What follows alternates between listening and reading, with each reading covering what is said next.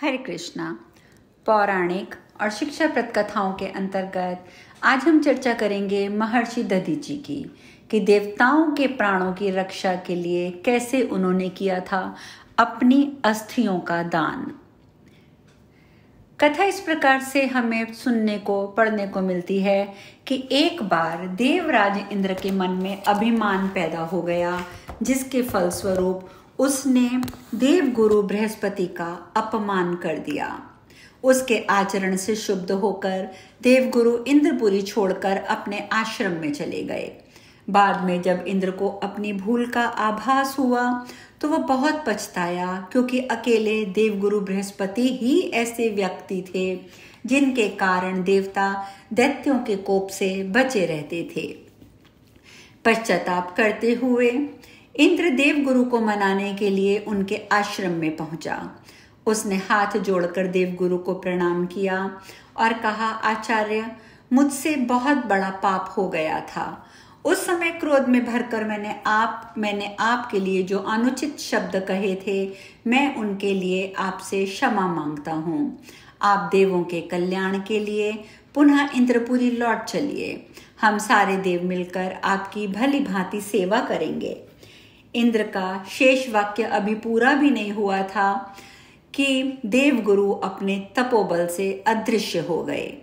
इंद्र ने उनकी बहुत खोज की, परंतु देवगुरु का कुछ भी पता ना चला, तो थक हार कर इंद्र इंद्रपुरी लौट आए। दैत्य गुरु शुक्राचार्य ने जब ये समाचार सुना तो उन्होंने दैत्यों से कहा, दैत्यों, यही अवसर है जब तुम देवलोक पर अधिकार कर सकते हो। आचार्य बृहस्पति के चले जाने के बाद देवों की शक्ति आधी रह गई है। तुम लोग चाहो तो अब आसानी से देवलोक पर अधिकार कर सकते हो।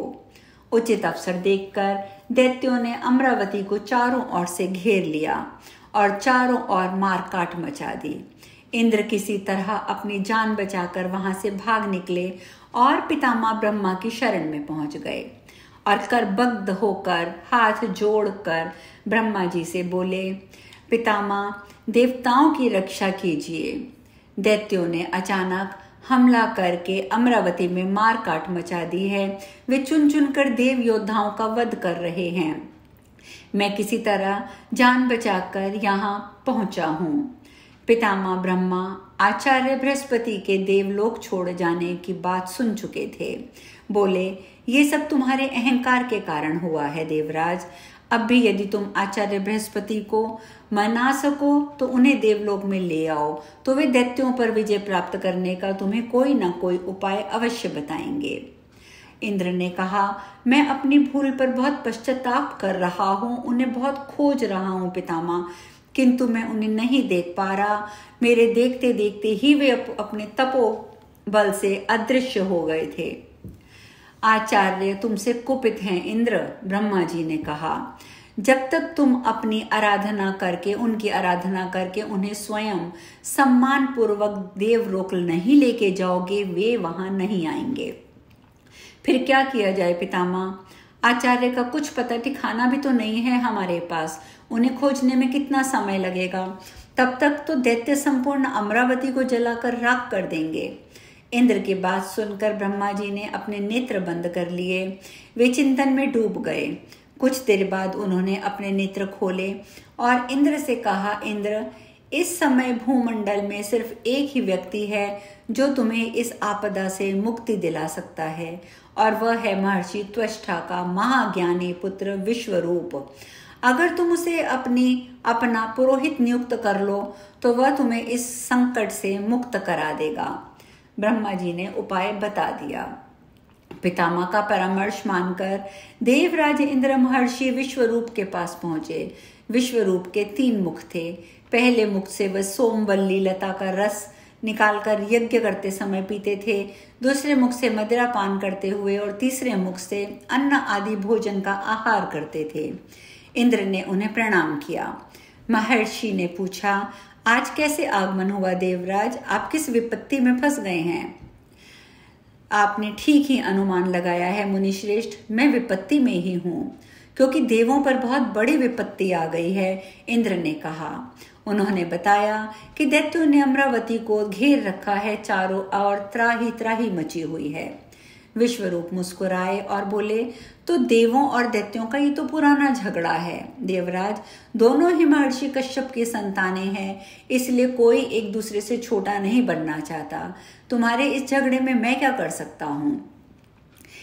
देवों को इस समय आपकी सहायता की आवश्यकता है मुनि श्रेष्ठ, सिर्फ आप ही उनका भय दूर कर सकते हैं। इस प्रकार से इंद्रदेव बोले। इंद्रदेव ने जब विश्वरूप की बहुत अनुनय विनय की तो विश्वरूप पिघल गए। उन्होंने देवों के यज्ञ का होता अर्थात पुरोहित बनना स्वीकार कर लिया।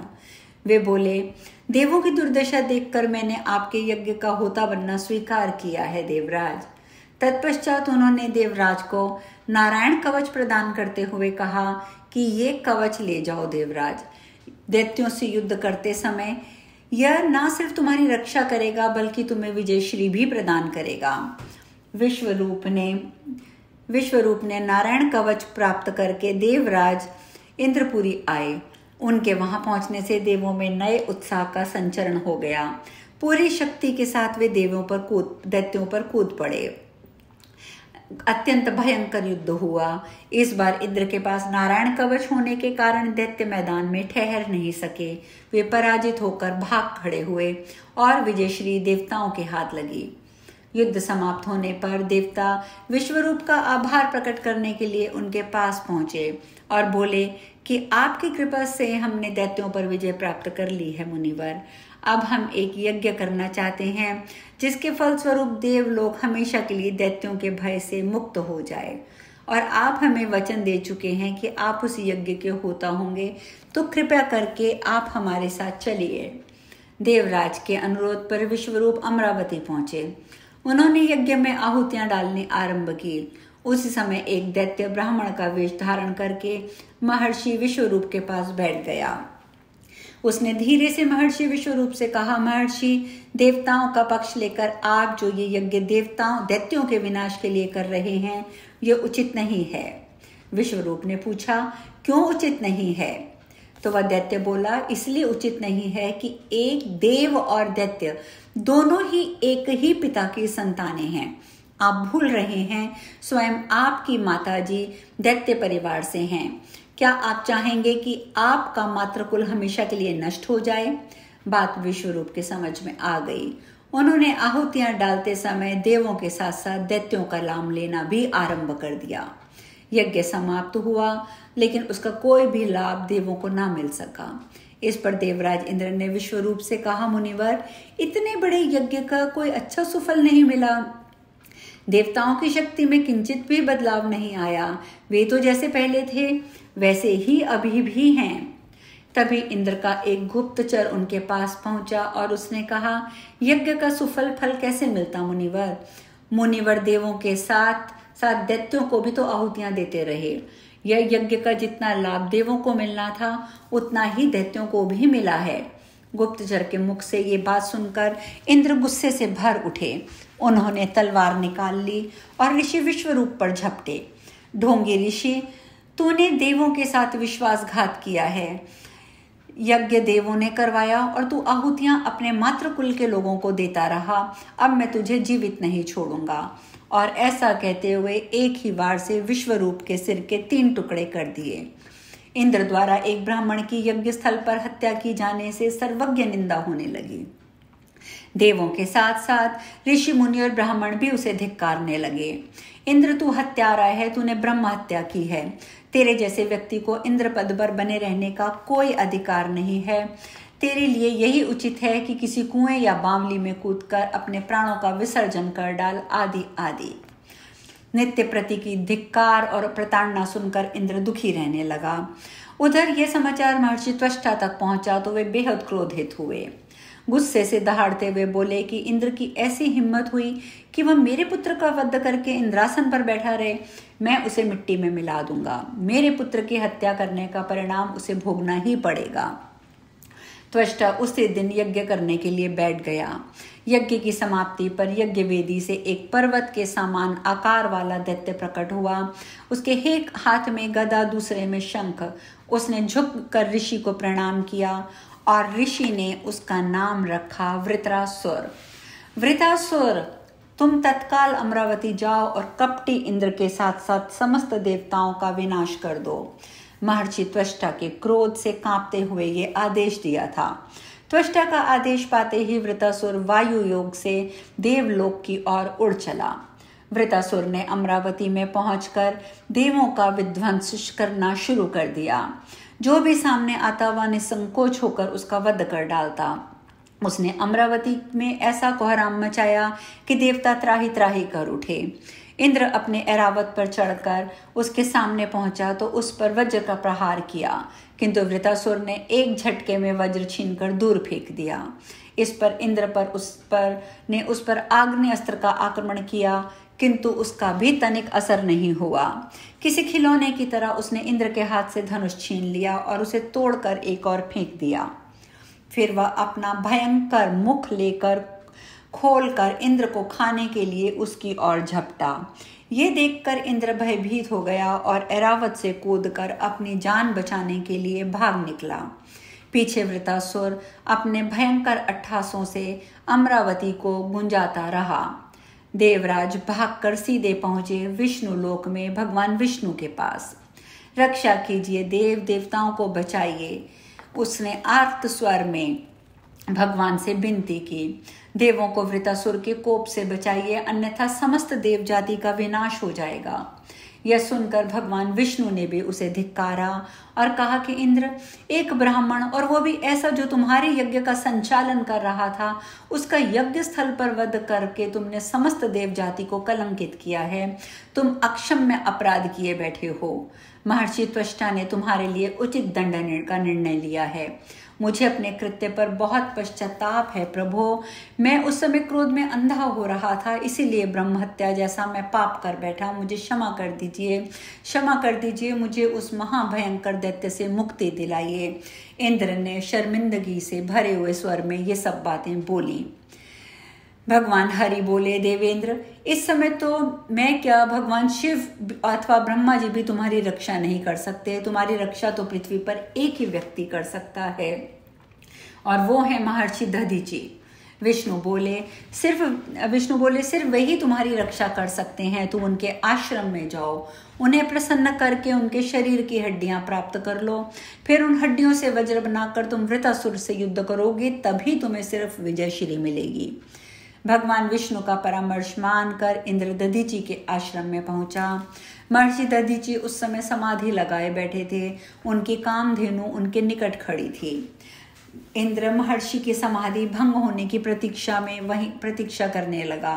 फिर जब महर्षि ने अपनी समाधि भंग की तो उनकी दृष्टि करबद्ध खड़े इंद्र पर पड़ी। महर्षि ने हंसते हुए बोला, देवेंद्र, आज मृत्यु लोक में आगमन कैसे हुआ? देवलोक में सब कुशल तो है ना? इंद्र ने शर्मसार होते हुए कहा, कुशलता कैसी महर्षि, देवों के दुर्दिन आ गए हैं। वृत्रासुर के भय से देव अमरावती छोड़कर जंगलों और गिरिकंदराओं में छिपते फिर रहे हैं। फिर महर्षि के पूछने पर इंद्र ने सारी बात बता दी। सुनकर दधीचि बोले, ये तो बड़ी अशुभ बातें बताई हैं देवेंद्र, अब इसका निराकार कारण कैसे होगा ये भी बताओ।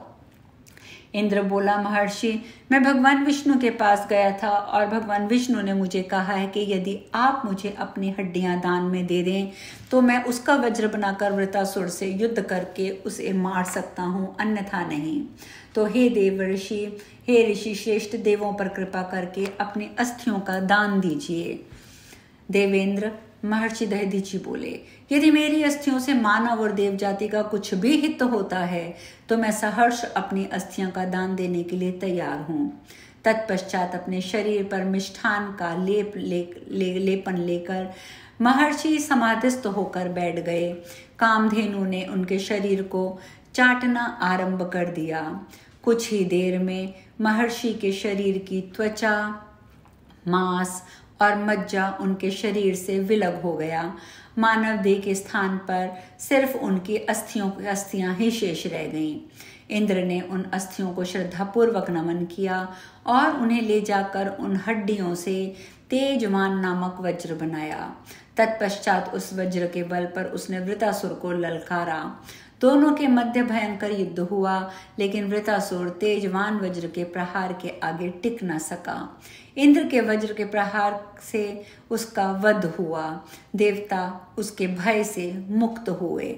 तो इस प्रकार ऋषि दधीचि ने अपनी अस्थियों का दान देकर देवताओं के प्राणों की रक्षा की।